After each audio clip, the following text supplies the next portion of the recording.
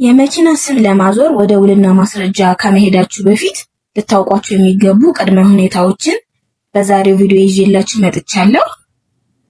ሰላም ውድ የቻናሌ ቤተሰቦች፣ የውልና ማስረጃ ጸሐፊ እንደመሆኔ ሰዎች እነዚህ ነገሮች ቀድመው ባለማወቃቸው የተነሳ ውልና ማስረጃ ሲመጡም ጉዳያቸውን ሳይጨርሱ ተጉላልተው ሲመለሱ አያለሁ።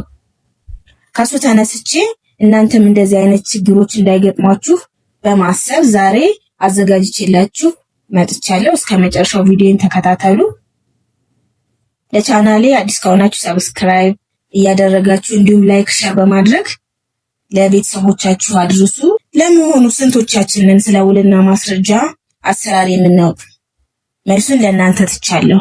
እንዲሁም የቻናሌ መከፈት ዋናው ምክንያት ለሰዎች ግንዛቤ ለመስጠት ስለሆነ ስለዚህ ተቋም ብዙ ሰዎች ስለማያውቁ እንዲሁም ሲመጡ ደግሞ ግራ ስለሚጋቡ እሱን ለመቀነስ በማሰብ ነው ይህንን ቻናል ክሬት ያደረግኩ። እናንተ ደግሞ ሼር እና ላይክ በማድረግ ማበረታታት ይጠበቅባችኋል። ይሄንን ያልኩበት ምክንያት አንድ ቀን ወደዚህ ተቋም መሄዳችን የማይቀር ስለሆነ ቀድመን ስለ ውልና ማስረጃ ማወቅ አለብን ብዬ አስባለሁ።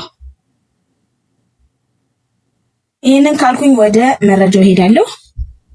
መኪና ገዝታችሁ ስም ለማዞር ውልና ማስረጃ ከመሄዳችሁ በፊት አስቀድማችሁ ማወቅ ያለባችሁ ነገሮች፣ አንደኛ መኪናው ከዕዳ እገዳ ነፃ መሆኑን ማጣራት አለባችሁ። ምንም አይነት ክፍያ ሳትከፍሉ መንገድ ትራንስፖርት ቢሮ በመሄድ መኪናው ላይ የባንክ ዕዳ፣ የፍርድ ቤት እገዳ እንዲሁም ያልተከፈለ የትራፊክ ቅጣት አለመኖሩን ማረጋገጥ አለባችሁ።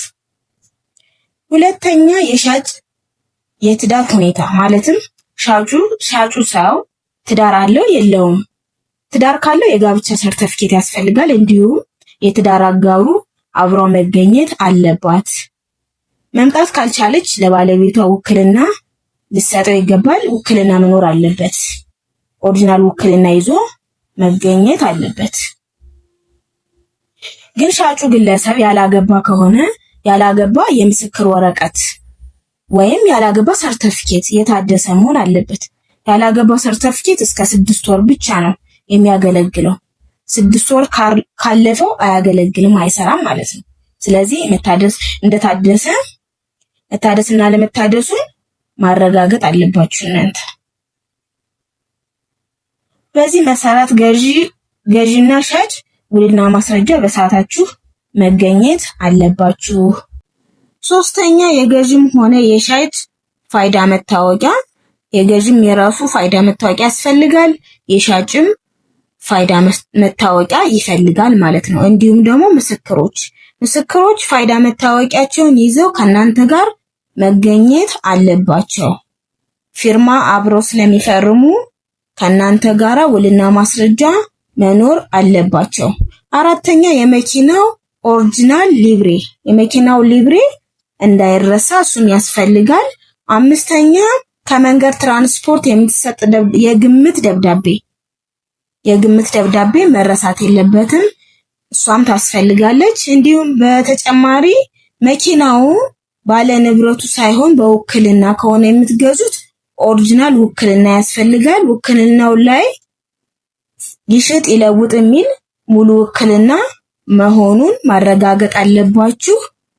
የዛሬው ቪዲዮ ይሄን ይመስላል። ጥያቄ ካላችሁ ኮሜንት ላይ አስቀምጡልኝ፣ እመልስላችኋለሁ።